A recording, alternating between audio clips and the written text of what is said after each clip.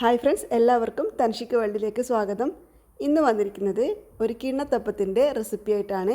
ഈ ഒരു കിണ്ണത്തപ്പം തയ്യാറാക്കിയിരിക്കുന്നത് ബാക്കി വന്ന ചോറ് വെച്ചിട്ടാണ്.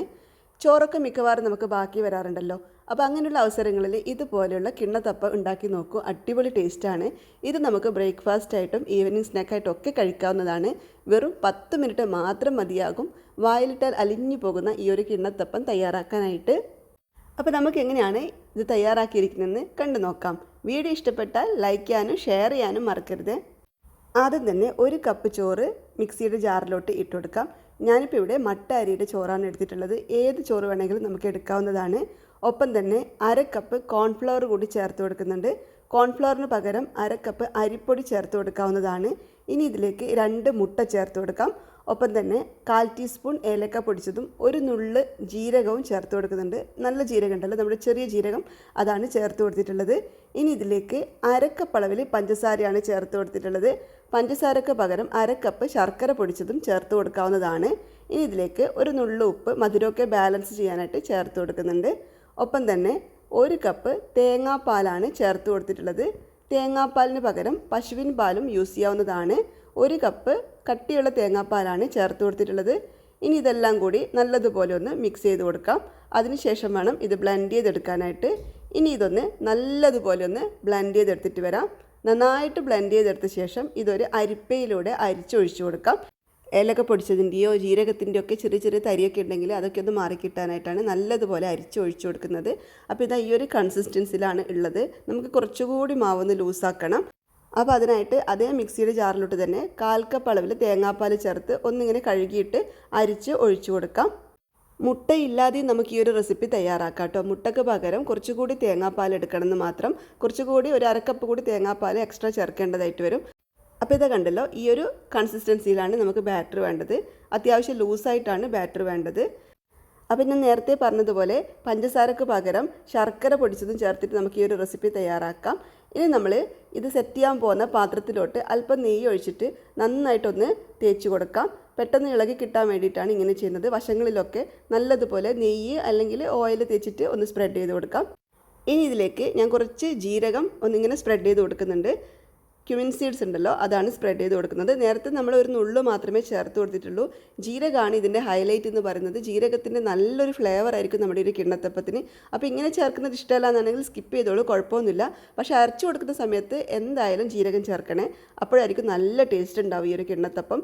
അപ്പോൾ ഇങ്ങനെ ചേർക്കുന്നില്ലെങ്കിൽ അരച്ചു കൊടുക്കുന്ന സമയത്ത് കുറച്ചധികം ജീരകം ചേർത്ത് കൊടുത്തോളൂ. 1/4 ടീസ്പൂണോളം ജീരകം ചേർത്ത് കൊടുത്തോളൂ.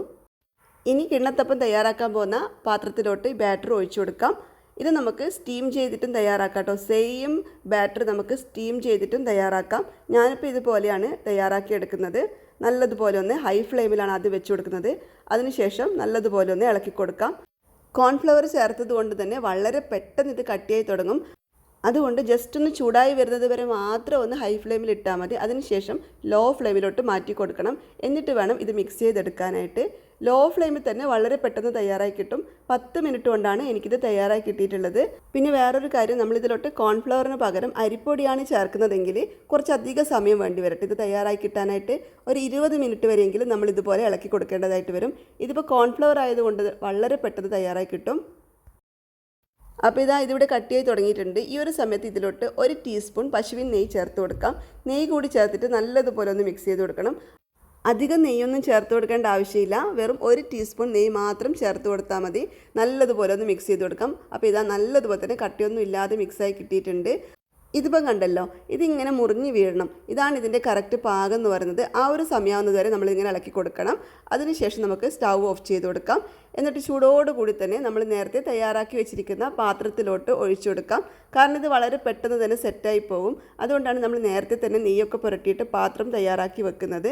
ഇനി ഇതിലേക്ക് ഇട്ട് കൊടുത്ത ശേഷം 1 സ്പൂണിൻ്റെ പുറകുവശത്ത് കുറച്ച് നെയ്യ് ഒന്ന് തടവിയിട്ട് അത് വെച്ചിട്ട് നമുക്കിതിങ്ങനെ ഒന്ന് ലെവൽ ചെയ്ത് കൊടുക്കാം. നന്നായിട്ട് തന്നെ ഒന്ന് ലെവൽ ചെയ്തെടുക്കണം. വളരെ പെട്ടെന്ന് തന്നെ ലെവൽ ചെയ്തെടുക്കണേ. അങ്ങനെ ഇതിപ്പോൾ ഇവിടെ നല്ലതുപോലെ തന്നെ ലെവൽ ചെയ്തെടുത്തിട്ടുണ്ട്. ഇനി ഇതിൻ്റെ ചൂട് പോകാനായിട്ടൊന്ന് മാറ്റി വെക്കണം. റൂം ടെമ്പറേച്ചറിൽ തന്നെ വെച്ചാൽ മതി. നല്ലതുപോലെ തന്നെ പെട്ടെന്ന് തന്നെ ചൂട് പോയി കിട്ടും. ഇല്ലെങ്കിൽ ഒരു ഫാനിൻ്റെ താഴെ വെച്ചാലും മതി. അരമണിക്കൂർ കൊണ്ട് തന്നെ ഇതിൻ്റെ ചൂട് പോയിട്ട് ഇത് സെറ്റായി കിട്ടും. അപ്പോൾ ഇത് കണ്ടല്ലോ, ഇതിവിടെ ചൂടൊക്കെ നല്ലതുപോലെ തന്നെ പോയി കിട്ടിയിട്ടുണ്ട്.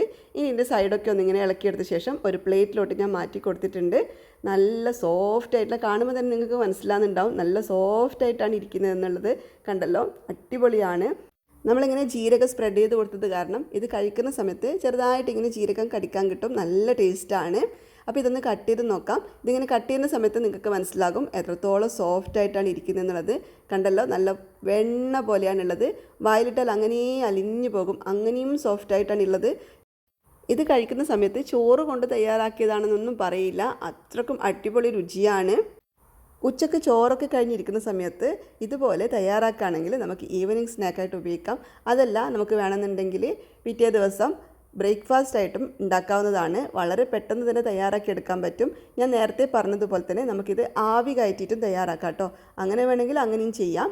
സെയിം ബാറ്റർ വെച്ചിട്ട് തന്നെ നമുക്ക് ആവി കയറ്റിയിട്ടും തയ്യാറാക്കിയെടുക്കാം. അതും നല്ല സോഫ്റ്റ് ആയിരിക്കും. അപ്പോൾ ഇത് കണ്ടല്ലോ, നല്ല ജിഗ്ലി ആയിട്ടാണ് ഇരിക്കുന്നത്. നല്ല സോഫ്റ്റാണെന്ന് മനസ്സിലാകുന്നുണ്ടാവും. വളരെ എളുപ്പമല്ല ഇത് തയ്യാറാക്കാനായിട്ട്. എങ്ങനെ വേണമെങ്കിലും കട്ട് ചെയ്തെടുക്കാം. ഞാൻ ഇതുപോലെയും കുറച്ച് കട്ട് ചെയ്തെടുത്തിട്ടുണ്ട്. അപ്പോൾ എല്ലാവർക്കും ഈ ഒരു വീഡിയോ ഇഷ്ടപ്പെട്ട് കാണുമെന്ന് വിശ്വസിക്കുന്നു. വീഡിയോ ഇഷ്ടപ്പെട്ടിട്ടുണ്ടെങ്കിൽ നിങ്ങളുടെ ഫ്രണ്ട്സിനും ഫാമിലിക്കൊക്കെ ഒന്ന് ഷെയർ ചെയ്ത് കൊടുക്കണേ. അതുപോലെ വീഡിയോ ലൈക്ക് ചെയ്യാനും മറക്കരുത്. ചാനൽ സബ്സ്ക്രൈബ് ചെയ്യാത്തവരാണെങ്കിൽ പ്ലീസ് ചാനൽ ഒന്ന് സബ്സ്ക്രൈബ് ചെയ്യണേ. കൂടെ കാണുന്ന ബെല്ലൈക്കണിൽ ഓൾ എന്ന ഓപ്ഷൻ ഒന്ന് എനാബിൾ ചെയ്തിടുകയാണെങ്കിൽ ഞാൻ അപ്ലോഡ് ചെയ്ത എല്ലാ വീഡിയോസിൻ്റെ നോട്ടിഫിക്കേഷൻസും നിങ്ങൾക്ക് അപ്പോൾ തന്നെ ലഭിക്കുന്നതായിരിക്കും. അപ്പോൾ നമുക്ക് വീണ്ടും പുതിയൊരു വീഡിയോ ആയിട്ട് കാണാം.